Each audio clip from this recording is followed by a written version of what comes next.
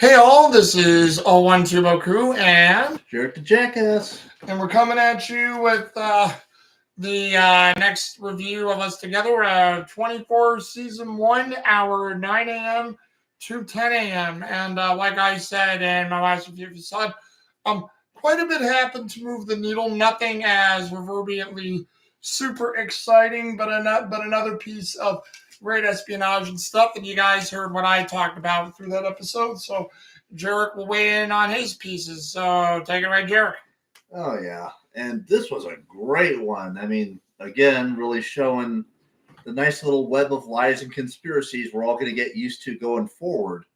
Because, as I'm sure. Well, let's be fair, Jherick. Probably that's happened all along, but we never realized it as a people, really. Well, I mean, it's a nice setup because I'm sure Boku's mentioned this a few times. The whole idea behind the show is every season they're just going to keep escalating shit. So yeah, if you think this season's crazy, just wait until like 5 or 6. Well, to just put your point on it, and I know some people would say, for story, it would get repetitive, monotonous, and I know I've seen some of the comments on that, and I'm like, I would agree with you, but when you look at actual history through terror, and not just within the political stuff, but through terrorism, espionage, what happens, a lot of the history and a lot of the reasons repeat itself. Oh, other countries are the infidel, this is that, that is this. There's a common cause to fight for the humanity against the oppression and corruption of blah, blah, blah, or hey, wealth and power corrupt absolutely. And you realize we're doing a lot of the same things in this show that we've always done throughout history. It's just that, again, as a people, we never realize it until because you look at it right now, and again, we don't try to dive into current problems, but you look at a lot of the stuff that's going on right now, and it's like, yeah. Well, I mean, hey, it's not like we've seen more than a few parallels to, I don't know, the end of Rome, the fall of the Ottoman Empire before World War One, the fall of the Spanish Empire. Yeah, take your pick, people. There's a lot of good parallels to choose from. Heck, the end of the Romanov dynasty in Russia, another good example. But yeah, I mean, I've kind of mentioned what I love about this, going to that, is that, we're going to see conspiracies brought up, but what I love about it is it's like a Robert Jordan book, aka The Wheel of Time. You're going to see all these different characters come back over and over again, but in what capacity? Friend, ally, enemy, terrorist. And I love that because, again, just like with The Wheel of Time, this person you think, this is just an old mumbling bard with lots of stories to tell who loves to spin tall yarns in the tavern, until you find out he's basically the Merlin of that universe and one of the biggest badasses who ever lived. Because, again, Robert Jordan's a freaking wizard when it comes to writing. Yes, he was. And so are the people behind 24. Because this, again, like I said, everything in this show is going to ramp up. You think Jack Bauer's awesome already, y'all ain't seen nothing yet. Oh, yeah, or when he's taken to the absolute brink. But, take it away so we don't get, lost in the shuffle of the many seasons. Talk about the episode here. Let's avoid going into the weeds this time. But there'll be a lot to talk about, believe me. But, again, one of my favorite things in this season is just seeing the absolute sterling character of Mr. Palmer, a.k.a. the man we wish we had as president. Yeah, who, once again, I know we keep calling him President Palmer, because if you guys have seen ahead, as much as I try not to give spoilers for this, he does become president, but right now he's only known as Senator Palmer. Yeah, and again, going back to Wheel of Time, just keep an eye on everybody. They all are important. Nobody is not important in this show, which, again, I love. But, I love seeing, the back and forth with him and his wife. Or maybe we should start calling her the formerly known as Mrs. Palmer, the way things are going. Because, man, seeing her try every trick of the book to bury this story with her son killing the psychiatrist. Not the psychiatrist. Yeah, the guy who raped his sister. Lyle Gibson. But, and seeing Mr. Palmer not being willing to just do the easy thing and either hide behind the race card, lie about it, or cover it up. Again, this is why I almost want to classify the show as the ultimate peak in fantasy, because seriously, you have a chance to be president and you're standing on principle? I love you, Mr. Palmer.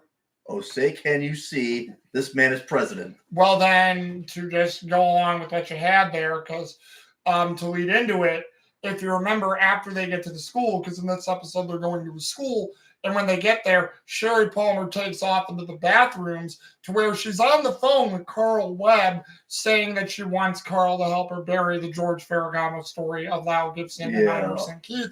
And Carl's like, "You don't got to worry about that.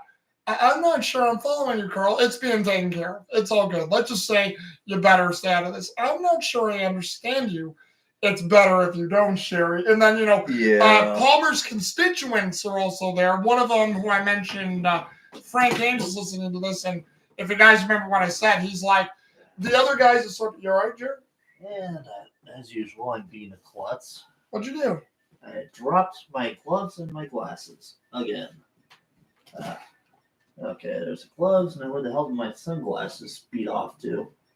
How did you drop those? I had them in an area where the gap was a little too large. Yeah. Sorry, folks. I'll be right with you. Well, once again, chaos erupts because I am. Oh, there. I can get it.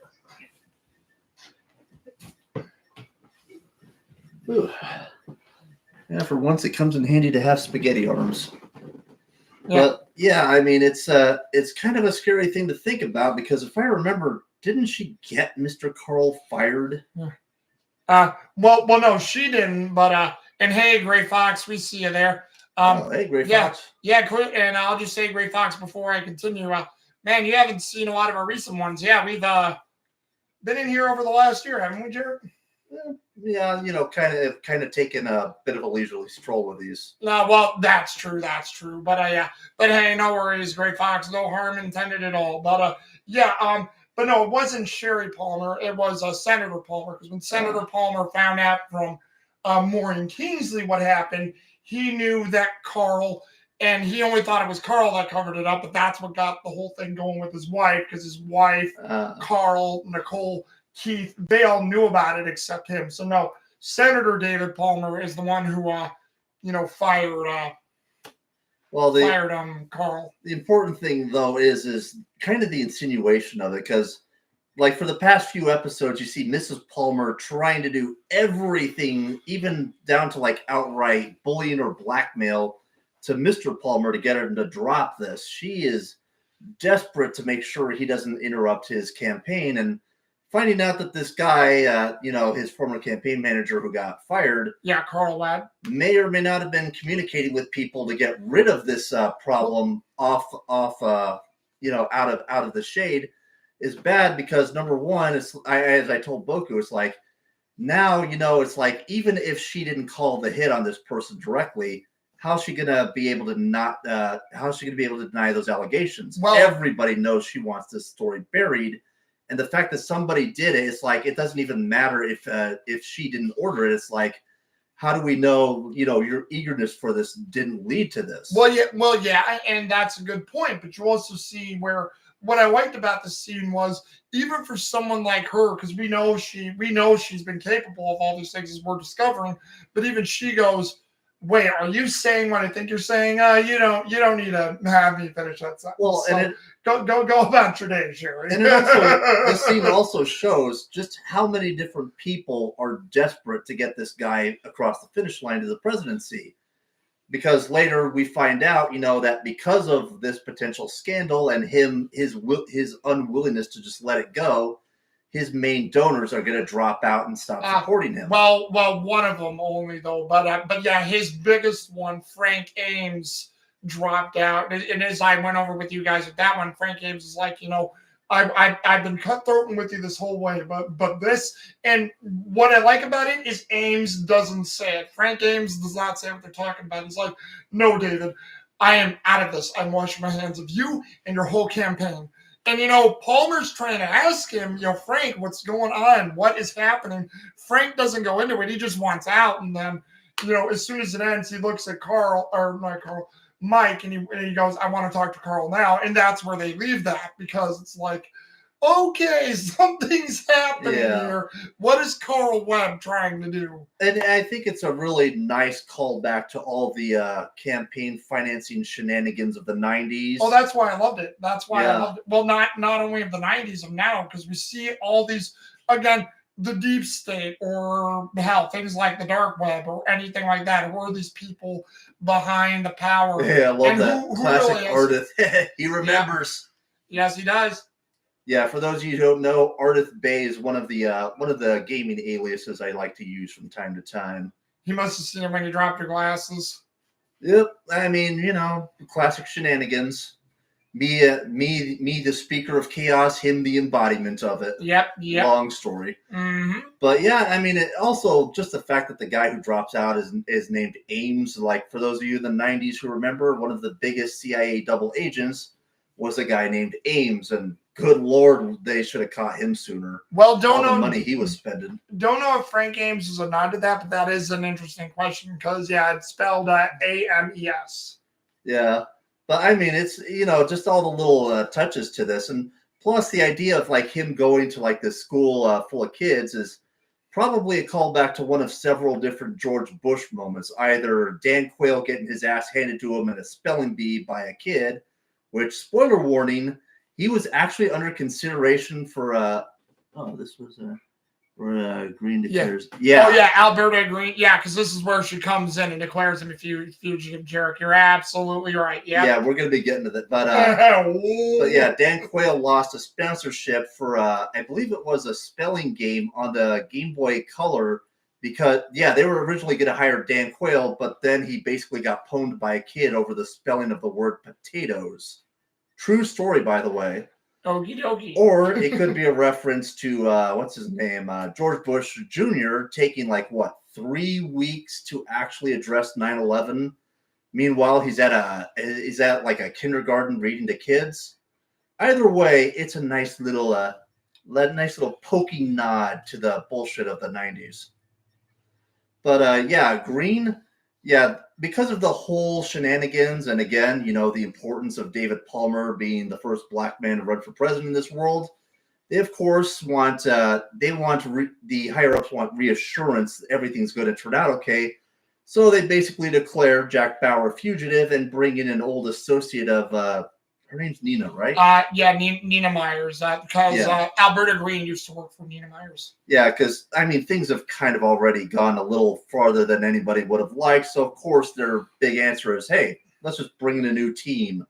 That'll work. Well, because nobody knows the truth of what Jack is doing. And as Nina tells Tony in this episode, even if they know the truth, nobody's going to believe it, or they're going to say Jack walked the confines and skirted the law, so we can't allow this. Well, and even worse, much of it would have to be kept off the record, even from other agencies, just to try to protect either David Palmer, the state of California, or just the federal government in general. Yeah. Well, and don't forget, during all this too, because I mentioned this, you have Jack, who's still trying to get out from the police blockade because he's still being hunted by Secret Service and the cops because they still think he's the one who tried to assassinate, David Palmer, even though that was Ira Gaines' assassin, Jonathan Metayevic. And again, we're still, if they did tell the truth about anything, they would have to admit, hey, that one girl was basically a traitor. We had her in the middle of CTU. How many? Oh, Jamie, which also got taken to the clinic by this point for committing suicide, which she was also in very bad shape. Yeah, considering that she probably may have nicked one of her major arteries. Considering when they found her, she's gushing blood from that wrist. I'm like, holy crap, alrighty. And don't think it's bullshit that you can do that with a coffee cup. It is very easy to do that with a coffee cup. I know some people always try to claim that. And I'm like, all you need is a very sharp, jagged edge. And hell, they even say paper cuts if you cut yourself in the right area. When we cut ourselves on our fingers, why do you think you keep bleeding? Because sensitive area, and it keeps coming out. It's like, well, you got to find something to starch the bleeding or staunch it, whatever the hell the word is. But hey, maybe that's why we should wear gloves more often, It depends on the gloves, too. Not all gloves are equipped, Well, I had to get thicker gloves for the outside for my artwork. let's just say Daddy prefers the non-powdered latex when he's working at the hospital. Working. Okie doke. I mean, hey, those bodies got to go somewhere. You got too much time on your hands. You know that, Jherick? Hey, it wasn't a vampire at the morgue at the U of A. There are other reasons bodies go missing. Not going to mention them, but you know. I don't support a murderer here, folks. If Jherick is, I'm going to take things in my own hands. Allegedly. That's racist. But anyways. Put some lotion on those hands before you glove them. Well, I don't know if Jherick's going to get the hose, but we'll see. And I'm not going to wear him like a skin suit. That's too much. In both ways. Skin suit? No. Do I look like they hang out at Yellowstone National Park? You know, I'm making a reference to Silence of the Lambs. You know, it puts the lotion on its skin or else it gets the hose again. Well, that and the skinwalkers and the devil cultists at Yellowstone. Wild horses. Allegedly. But yeah, basically this new lady gets brought in to, make sure everything goes okay. And she clearly has a lot of things to say to Miss Nina. And a lot of things they're not going to say, but I mean, hey, that thousand-eye stare, you know? Well, Seaboku got the joke. Yes, yep. I did. But, yes. And, to that one, Jherick, I know we won't mention them because, again, we probably don't want to get flagged. But if you remember, she insinuates she probably knows Tony and Nina right off the bat or telling her more than she needs to know. She doesn't go into that in this episode right away, but she starts making references to she knows about Jack and Nina's former relationship, and she starts laying in on that hard. And even...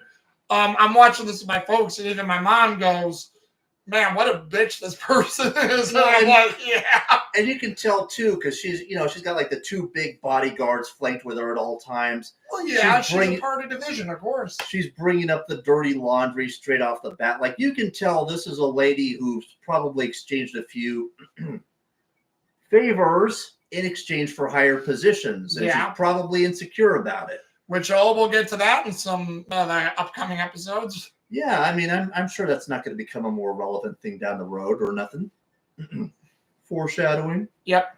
But yeah, you can tell there's also a possibility that maybe her being brought in is a part of the larger conspiracy because, again, remember, Jack's been told we got people on the inside who are helping out with this, and we don't know who's working for who. Yeah, and I forget. I don't know if they mention it in this episode or the coming episodes, but that does get brought up again. However, to that point, since you brought that up, Tony also gets a phone call while they're trying to, avoid Alberta Green. I think this is before Alberta Green even came in, actually. But, Nina's still trying to help Jack get out of the blockade. But Jamie also dies from her complications. So the independent IT tech guy they have helping them. Milo Pressman. You can clearly tell he's smart enough to realize something big is happening. He's been piecing things. Yeah, and they have to rely on this guy because again they're kind of short-handed. Well, if you remember in the last episode, hey, if I'm going to take over all her work, I want to bump and pay. Go get it, Milo. Just get the work done. Which I know people think they don't do that. It's like, no. There's lots of independent contractors in the government. Heck, I used to work for one once upon a time. Not going to mention names.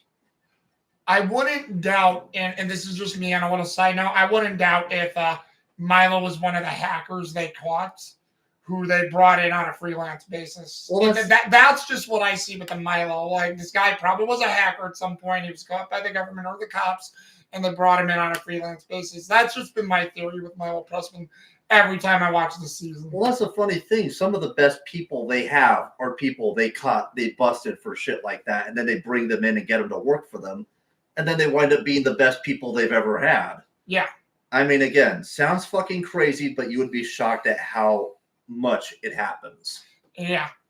Plus, while all this is happening, Nina and Tony are basically having to reconcile the fact that they're going to have to keep shit from the division head, try to make sure the IT guy stays on board with what they're doing, feed Jack information without getting caught, and keep Ira Gaines in the dark as much as they can. Which before we go more to Jack's thing with this one, if you remember, to get you into it, to lead you into it, Ira Gaines is wanting a call from Jamie. He hasn't gotten anything. I think by this point it's been over 2 hours. So he's trying to contact Jamie again because Jamie had to go dark. Jamie isn't responding, but then all of a sudden Ira Gaines gets a call from some man named Drazen who is on a flight coming into Los Angeles. And, Ira Gaines is immediately scared of this guy and says, "Oh, no worries. We'll get Bauer again. Oh, I don't know why David Palmer's not dead. We'll get to it. We'll use Bauer like we did before. You don't reuse the plan. You have a plan B, not plan A recycled. If you don't get this done, I'll find someone to replace you." I see Gray Fox is familiar. Yes. But remember, he's watched most of these with us. So, yeah, how could you not forget Drazen? Or in this case, if you guys want the spoiler, it's Andre Drazen, one of the sons. And, great villain. I didn't give Zeljko Ivanek a great rating this time because he's way better in so many upcoming episodes. This was only intended to whet our appetites. But I kind of wonder if they chose the name Drazen as a play on Dryzen, as in the Dryzen Files. If none of you have ever seen that show, just like Firefly, criminally underrated. It's basically like what would happen if John Constantine was sort of a detective being in charge of investigating magical incidents in the real world. I think great show. I think 24 may have been first before Firefly because that was 2001, and I think Firefly came out like a few years later after that. So 24 was. But yeah, I mean, another great underrated show. And Dryzen may have been a partial nod to that because a lot of these guys trafficked in the same writing circles. Oh, well, definitely. And plus, Drazen was a huge villain. Well, the whole family, again, to give you guys a bit of a spoiler, the whole family in this season was great. Well, I told him, it's like, hey, I'm getting some, what was that guy from Die Hard, Alan Rickman's character? Oh, Hans Gruber. Yeah. Getting some nice. I was going to say Simon, but that's the third one. Getting some nice Gruber vibes off of this guy. For not. Yeah. Yes, we got it. Thank you, Gray Fox. But I mean, it's great, and plus it was interesting because we already know that Gaines was already suspecting they'd already gotten Jamie. Oh well, no problem, man. And in fact, hell, Jamie herself basically outed herself as them catching on when she had to take the cameras offline. Yeah. But it was a great touch. And plus, now they're also going to have to come up with a cover story for her son since they're basically transporting his mom to the morgue. Yeah. But aside from that, we get to see a great Jack Bauer moment with him having to evade the blockades. Oh, yes. And I'll have a little thing to add for you because if you remember, while he gets stopped by the cops and he takes off because they catch up to him, he takes off. He gets trapped in a parking lot, but go ahead and explain that scene. That'll tell you the part I think about. Oh, I know the one you're talking about, hence the reason why I had to search for some of my accessories. But yeah, the great moment is like he one of the patrols tries to stop him. What does he do? He just waits for the cop to come up to his door, and he just blasts off Dukes of Hazzard style. Oh, wait, which my mom was all into and for. She's like, "Yeah, you wait to get him. You wait till they get close and take off." And she's like, "Well, and that buys you time because they got to run back to the car, get him." And it's a simple but brilliant play. You just wait for the cop to come to your window, and then boom. And not to go off on another quick tangent here, folks, but I will say really quickly that everybody says all these other shows were great about the writing and the characterization and what they did to improvise certain big moments. 24 was one of those first shows, too. I don't know if it was the first, but it was one of those first shows to really ramp up the smartness of characters to where it isn't like, oh, this is so avoidable, and then, just take off. Now, granted, there's a lot of gaffes and goofs in 24, too, but again, to get people really invested into the drama, you would do that. How would a character get out? Okay, you wait for them to get close. And, Jack was no dummy. He sees the cops starting to reach for their guns, so they know they possibly have the man they're looking for. So, yeah, you just take off before they get to even the windows, or you wait till right the last minute, and then, you just gun it. And what I love about it. And it was like, 24 wasn't the first. I'm like, it may not have been, but it was one of them, because these later shows, no. Well, yeah, I mean, there were a lot of good car moments like that in early 80s shows. Simon, The Fall Guy, The A-Team. Yeah. All great shows, by the way. Oh, yeah. But yeah, the best Jack Bauer moment in this is like, as he's getting away from that, he's being fed information from Nina. They found something. They found the name of one of the biggest contributors Ted Koval. Yeah, and she basically tells him like this is the place where his business is at. So he's gonna book it over there, and he just barely misses getting into the right. Well, before you go to that, let me explain the one part, because remember, he hides in the parking lot underneath the cars while talking to his family, because they were able to get Eli's phone, and he's talking to the family. Oh yeah, I was about to get to that with the elevator thing. All right, go ahead. Because he's basically like calling up ahead of time, pretending to be an important financier, and it's just like who's speaking, and he just hangs up. So which is kind of suspicious, and I'm glad that the secretary kind of picked up on that. But she didn't mention anything else, which again, typical secretary shit. So, he gets there, he's booking it for the elevator, but it's a 2-door elevator system. And of course, he takes the wrong one right as the guy's, coming in, going into the other one to go down. Jack finds this out, and Jack pulls off the best fucking race to get down to the ground level to get to the parking lot, which he pulls the fire alarm. Mm-hmm. Now, fortunately, people kind of do this shit a lot in certain buildings, especially in California. So it doesn't really set off the big alarm bells, because people do these kind of pranks all the time. And again, the office staff isn't exactly paid to understand shit like counterterrorism or brush up on the news. So thankfully, they don't phone ahead. But Jack barely makes it to the ground level before the guy. He finds the car he's going to be taking, which of course is a chauffeur limousine. And in one of the best Jack Bauer ideas of all time, he basically flashes his badge, tells the guy, I'm with the feds. I need to speak with you for a moment about the guy you're working for. And of course, as Jack Bauer is often like to do, he comes up with the best idea.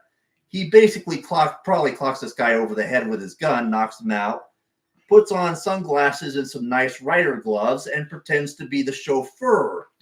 I would hope to God he didn't have to knock out the chauffeur. I hope if he told the chauffeur he was a federal agent, he wouldn't have to do that. Well, guy. This is Jack Bauer. He's not going to take chances. But yeah, and this is kind of brilliant because, again, he's just a low-level grunt worker. He's not going to be brushing up on the news. They're not going to tell him, hey, we might be worried about a potential rogue agent. It's like, as far as he's concerned, Jack Bauer could just be any motherfucker. Flash the badge, that's enough. And, again, yeah, I would hope he wouldn't have to. But again, time is of the essence, and he can't afford to take chances. Yeah. And it's brilliant, too, because, this guy's a VIP. He's a business magnate. He's got connections to the guy who's running for president. And just putting on the glasses and, being the chauffeur, it's going to allow him a level of undetectability that just having a normal car wouldn't. So honestly, to me, this is one of the best Jack Bauer improvised moments of all time. Well, and also not to say that Ted Koval was connected to the president. Ted Koval wired the money to Jamie, the $300,000 she got to Jamie through areas in Belgrade, which those are one of the areas that were suspected of the terrorism. And so that's why they were looking into him, because why would this businessman have money wired to one of the Middle Eastern countries that we sort of had a problem with at the time, even though this show was done before tensions, escalated between those areas and us. Plus, I kind of forgot to mention the stuff with like Jack Bauer's wife and daughter, who again, absolute badasses in their own regard. Because in order to help CTU find them, because they finally did get in contact with them. Yeah. They basically put the phone up on one of the ceiling rafters. Eli's phone, which in the previous episode Terry took, which credit to her for doing while she was being raped or after the rape was over, because that could not have been easy. Yeah, and the fact that she kept her cool as well as she did for her daughter and herself was just, again, the amount of self-control she has is absolutely amazing. Mm-hmm. It does lead to a very difficult discussion where her daughter finally asks her what really happened between you and Dad. And you can tell Mommy Dearest does not want to mention, know, how things really played out. Hey, happens in every relationship. God knows my mom and dad still, Dad can't, he's dead, but Mom to this day still will not even talk about that. So, hey, kudos to the realism.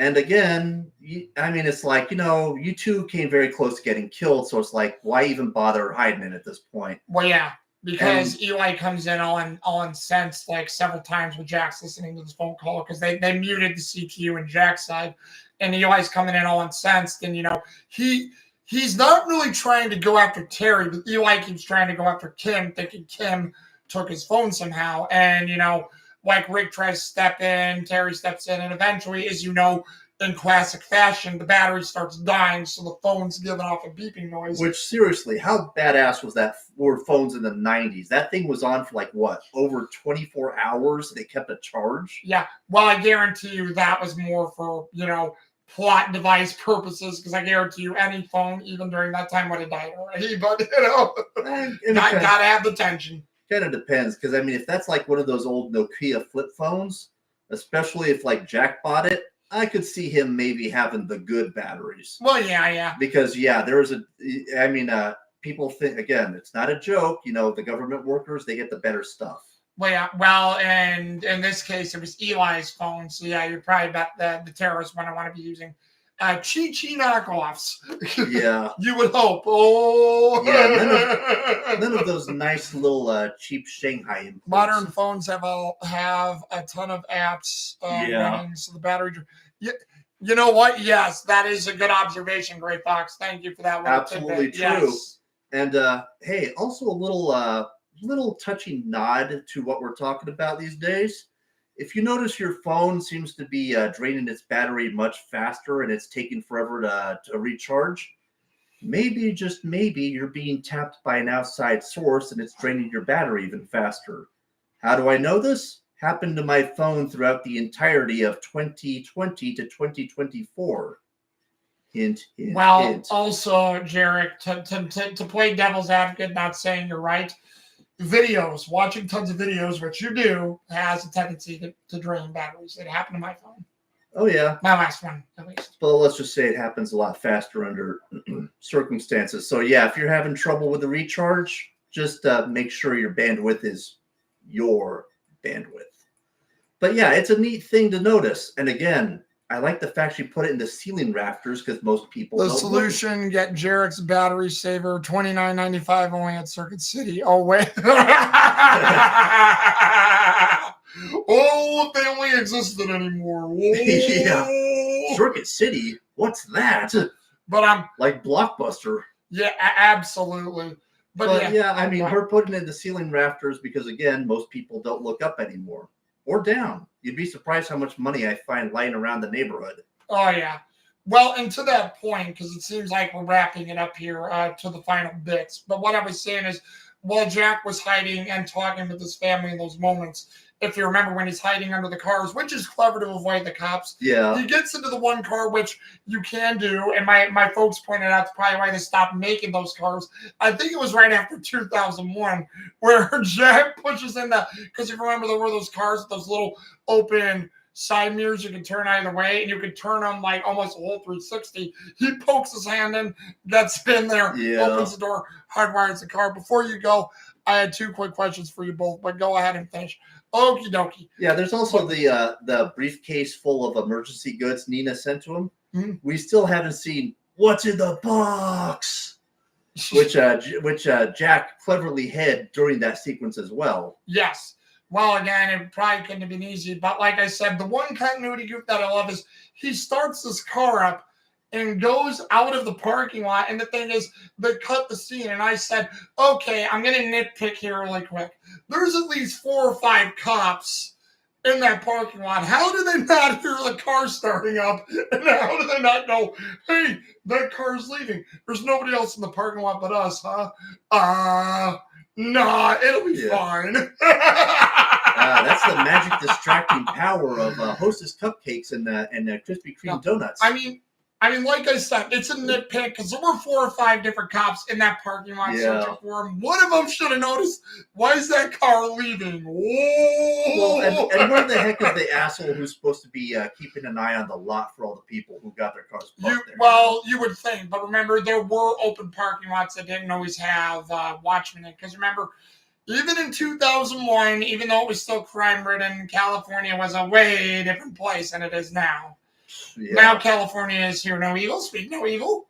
Hey, good luck finding a parking lot you don't have to pay money for downtown in Tucson these days. Indeed. But go ahead, Jherick, since we are wrapping up, let's get to characters. And then, one last thing. go ahead. We did actually get to see some nice work on them trying to triangulate where Jack's wife and daughter were being held. Which, again, brilliant work in that and actually pretty consistent to how they do it. Yep. But, now going to our favorite characters. Let me think. What was the name of the guy who was basically financing gains? Let's see. His full name's here. Andre Drazen Zelshko Ivanek. Jesus Christ, I thought my name was long. But, I like it. Again, well, remember, Andre Drazen's a character. Zelshko Ivanek is the actor. But, as Boku said, we're going to see much better performances from him down the road. But this was a nice taste. Oh yeah. Well, because this whole time we're thinking maybe, Ira Gaines was the whole thing, but we always thought he was pulling the strings. And you see him, and, I didn't give him credit for this episode, but I'll give a little side credit to Jherick's. His introduction, and then Michael Massey, who plays Ira Gaines, his reaction to when Drazen calls, he's like, oh, shit. Because it's like, oh, I fucked up bad. And speaking of Mr. Gaines, he's number 2. Oh, okay. Because, honestly, we got to see some nice range from him out of this. Panicked, in charge, kind of calculating. Yeah. Which, again, just shows the quality of the actors we had. And coming in at number... No. Go ahead, finish. Coming in number 3, I have to give it to Mr. Palmer. I almost gave it to Mrs. Palmer. Yeah. Dennis Haysbert, Senator David Palmer. Because, man, I mean, just seeing the back and forth between him and his wife, and just, oh my God, such great moments. Like, honestly, there were so many people I could have gone with. I could have gone. Oh, the whole cast in this episode was great. Yeah. It's the same problem I have with the original Full Metal Alchemist. It's like, I could have picked anybody. Like, you're asking me to make some of the hardest choices on this one. Absolutely. Well, to just surmise, even though I have it in my show review, to surmise again. I mean, I know you probably didn't pick him because we could always pick Kiefer Sutherland, Jack Bauer, but again, he was on there. Great performance. Dennis Haysbert, David Palmer. We agreed on that. For me though, I gave it to Zach Grenier because Carl Webb's phone call to Sherry I thought was really good. And that's why I also gave it to Penny Johnson-Gerald, who played Sherry Palmer as well, because her reaction to Carl Webb was just, I mean, those two actors, even though they weren't in the same room, they played off each other so well for that scene. And usually, like they say, how they did it, because this was 24's thing, they try to bring the actors in to the sets they're in so they can hear the actual actor or actress's voice and play off them, and it's just so cool how they do that. More productions need to do that, by the way. Yeah, but into your point too, if you remember, when I think it's where they finally mentioned this, because there's no audio commentary in the first season, or very few special features, but in the audio commentary, they mentioned for the show, the goal was not only to get people who could act well, but people who could show emotions, facially, give certain quirks and reactions. They wanted to convey things sometimes without speaking. And believe me, throughout all 8 seasons, memento. Or as Mr. Boku would no doubt say, Mr. Anderson. Yeah, oh, absolutely. Hugo Weaving, we love you. But honorary kudos also to Mrs. Bauer.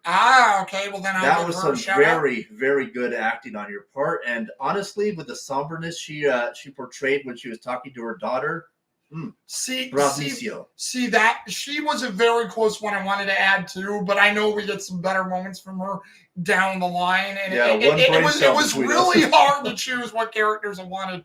So, I mean, there were too many to pick on this list for this episode, but I will give a shout out to her, Leslie Hope, who played Terry Bauer. Yep, great performance from her. But sum it up to your final thoughts, Jherick. And honestly, it's like this show is, I think, the only thing I need for this show to reach absolute television perfection. I just wish we could see Jack Bauer do some hand-to-hand or knife fights. There's a few coming up. Maybe I can't remember in this season, but there will be a few. I mean, come on, a badass like Jack Bauer. I need the Leon Kennedy versus Wolfgang Krauser knife fight with Jack Bauer. Well, like you're saying, if someone could do it, you want a Jack Bauer versus John Wick fight. I mean, I would love to see that too. Death Battle, do it. Well, you think Bauer would win. I think Wick would win. But I mean, I love how we're like 50-50 because I'm like, they both probably would be good, but it's just like, yeah. Oh, I need someone to be petrified in fear when they see Bauer. Oh wait. You know what would be awesome? I would love to see Jack Bauer and what's his name, Sam Fisher from Splinter Cell, seeing who can get a faster speed run in a Metal Gear game. Well, and before we end it here, I will basically say, and we'll get to your question in a moment, Gray Fox, which we will answer here. With LOL, that's awesome. Yeah, absolutely. But what I would say is I'll do this for you, Gray Fox. That's got to be Bauer. Don't you see? That's Bauer. He's come for me. Oh my God, it's Jack Bauer. Yeah, believe me, folks. And Gray Fox, to tell you, I was looking it up on at least its Internet Movie Database, and at the time, I will trust them on their judgment more than I would know. That's, I think, the fourth highest rated episode in 24. So I was so glad when that episode made it on there for highest rated episodes. Well, and plus we saw Jack Bauer take the top honors for like best action hero. Oh yeah. Yeah, I forget what we were watching, but it was like the top 10 like action heroes or spies, and Jack Bauer got number one. Oh yeah, absolute madman. Oh yeah. But believe it or not, though, I think IMDb rated the highest episode, and probably because it's when the episode was white hot when it first started. It's the first episode of the ending of 24, and believe me, the ending of the first season, it was so well done, fucking wild, so full of emotion, and you guys, well, you'll love parts of it, but we'll get into it when we get near the end because there's a lot of sadness in it as well. Didn't he have a German G36C rifle in that episode? I think, I'm not sure. My set, oh, hell yes, Gray Fox, hell yeah. I know you always love when he rams the van and here I come, fuckers. It's like you brought an army, we brought a Jack Bauer. Yeah. Well, to quote South Park, instead of give me back my $10, give me back my daughter. But go ahead, since Jherick, if I had a polymer see-through magazine, it would probably be a G36C. Yeah, fun fact, I've actually got an airsoft of a G36C. All right, and I know we're live right now, Jherick, but since we are on here, and I think it'll cut you off as soon as we stop. What is the question you wanted to ask us, Gray Fox, since we're on here?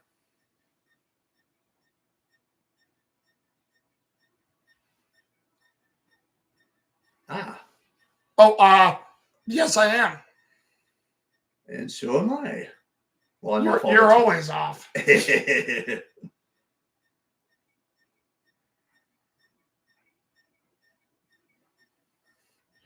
Would you both like to go to Panda?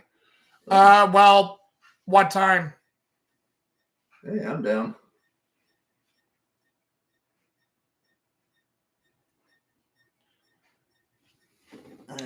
Three-ish. I could do three-ish. That would work better because I know I have stuff I got to do around 5, 6-ish. So yeah, that'll work. Are you down, Jherick? Oh yeah, dude. Cool. Dude, that's like asking me if I'm down to go to a Toho convention. Right. We'll see. Okay. When would you like to get together?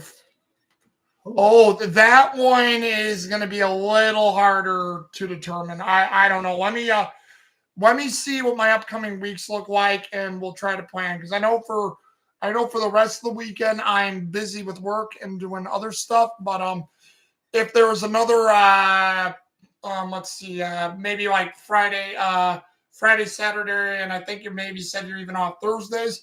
I will let you know, and we will start looking into that.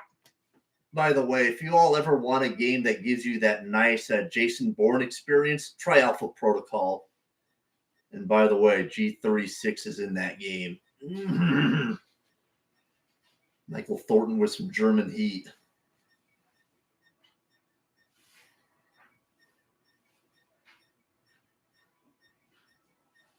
Yeah, for those of you who don't know, Boku's job issues have there's an issue with like work related stuff. They're adjusting his schedule. Well, and I'm at a new place. Yeah. When would you like to get? Oh, that's the same one he put down. All right. Well, hey, Great Fox. So we're not just sitting here in dead air. Anything you want to know? Wait. Well, you guys have a great structure, loads of fun on your vids. When I'm off, I'll join in more. Oh, if you want to, Jherick, then absolutely. Like here or anything else, if you want to do live too, I do not mind. So absolutely. Yeah. Anything else you want to mention, Great Fox? Just text me. But yeah, so we're not just sitting here on random dead air. We will be, well, not dead air, but dead. So we're just like we're gonna stare into the camera, into your souls. That's all. Sorry for keeping you. Oh, no worries, Great Fox. No worries. But yeah, this is 012 Boku and Jherick the Jackass. And we'll see you guys again later, all right? See ya. Unless Jack Bauer gets us first. Why would he? Oh, yeah, I forgot. You did do that one thing.